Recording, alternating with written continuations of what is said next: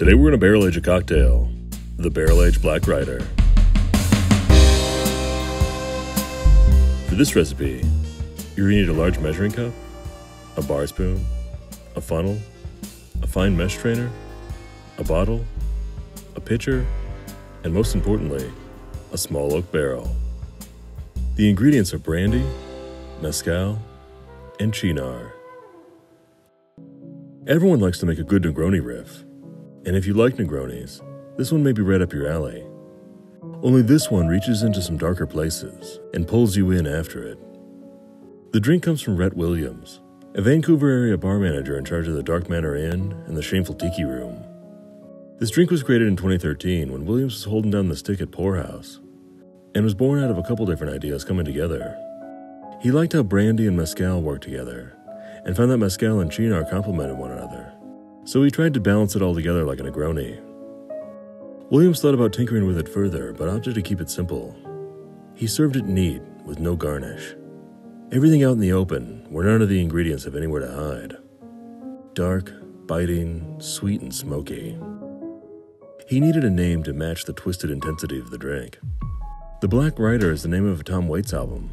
That was the soundtrack from a William S. Burroughs musical, which was based on an opera, adapted from German folklore.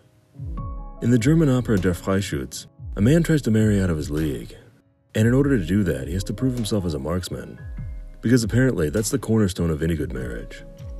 The only problem is, he's a terrible shot. So through a convoluted development, he makes a deal with the devil for 7 magic bullets.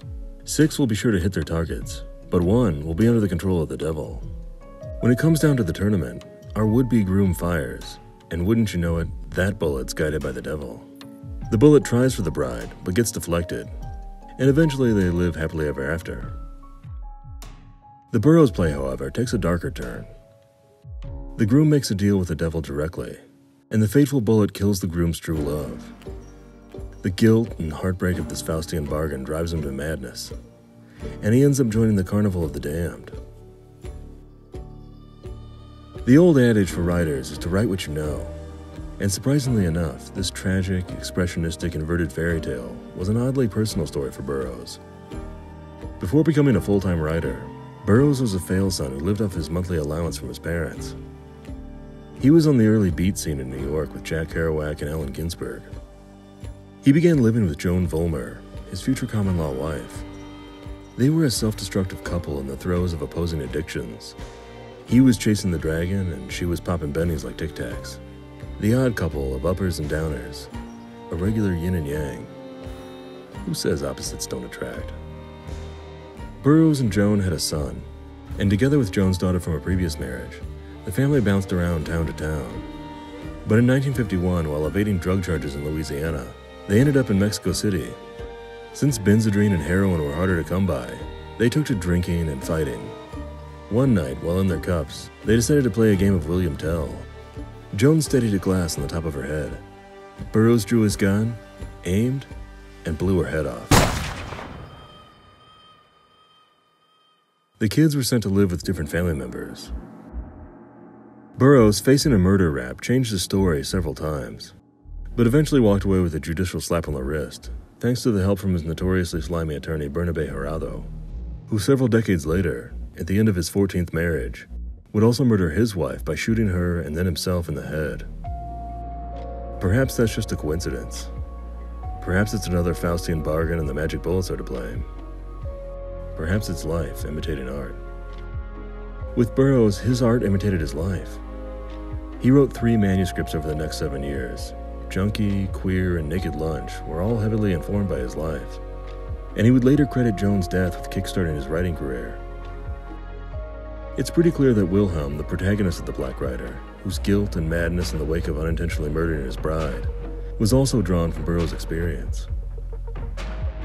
The title of the musical, The Black Rider, evokes the apocalyptic biblical images from Revelations. The black horse, one of the 4 horsemen of the apocalypse, represents famine, a slow, painful descent to death, which is how Wilhelm's journey progresses after the fateful bullet is fired. The woodcut art on the label is meant to evoke similar visions of torment and damnation in the face of evil. The original woodcut was the final entry in a series by Alfred Radel. The series expressed his revulsion at the waves of popular revolutions that swept across Europe in 1848, which started in France and spread to several other countries. Although it was intended as reactionary propaganda against the dangers of dismantling monarchies and establishing republics, it still makes for evocative art. And when stripped of context, it provides the right balance of horror and regret that's called to mind in the Black Rider the play, as well as the bitterness and complexity in the Black Rider the drink. For the brandy, Williams specified using a Spanish brandy in order to give the drink a big note of dried stone fruit.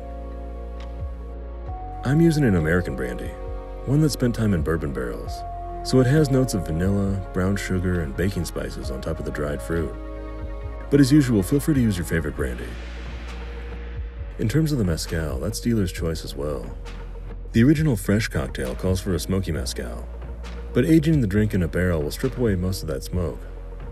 So I opted for a non-smoky mezcal, but any good, earthy mezcal will work wonders in this one. Cynar is the dark Amaro in this drink. There's a heavier 70 proof version out there, but this one works best with the 33 proof original. Williams intended the drink to be aggressive, something that can't be ignored. Like a barrel-aged Boulevardier or Negroni, the barrel-aged version of this drink is not quite as bitter and confrontational as its fresh counterpart. It's still bitter, but the razor's edge of the bite has been routed off.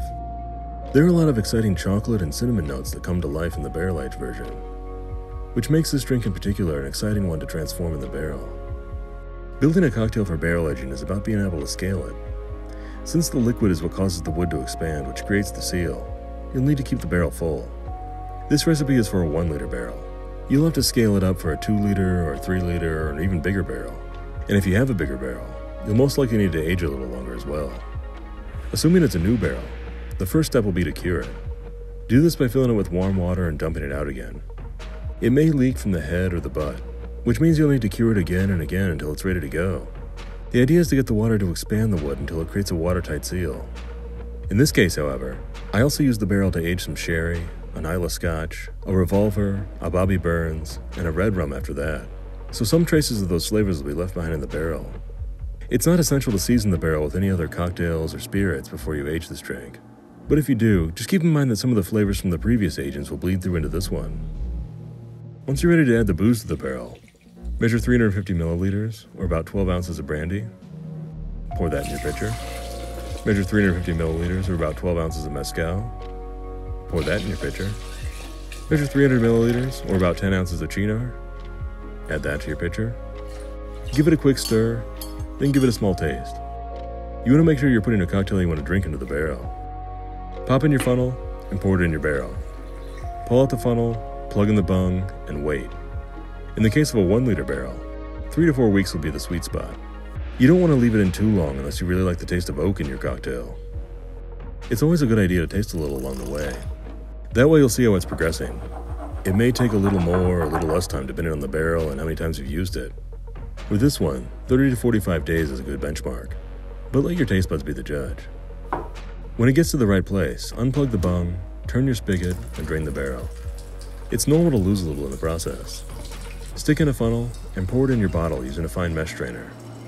That'll help pick up any little bits of charred oak that might have come through. Then slap on a homemade label and you're good to go. When you're ready to drink it, measure out a couple ounces, pour it in a mixing glass over ice, and stir it well to chill it down and give it some dilution.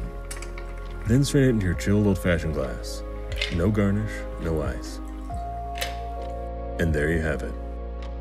An invitation to the Devil's Carnival. The Barrel-Aged Black Rider. Enjoy. You can support this channel by clicking on the Patreon link here. Check out some more videos. Be sure to subscribe and follow us on Facebook, Twitter, and Instagram. For links, more info, and the printed recipe, check out the description below.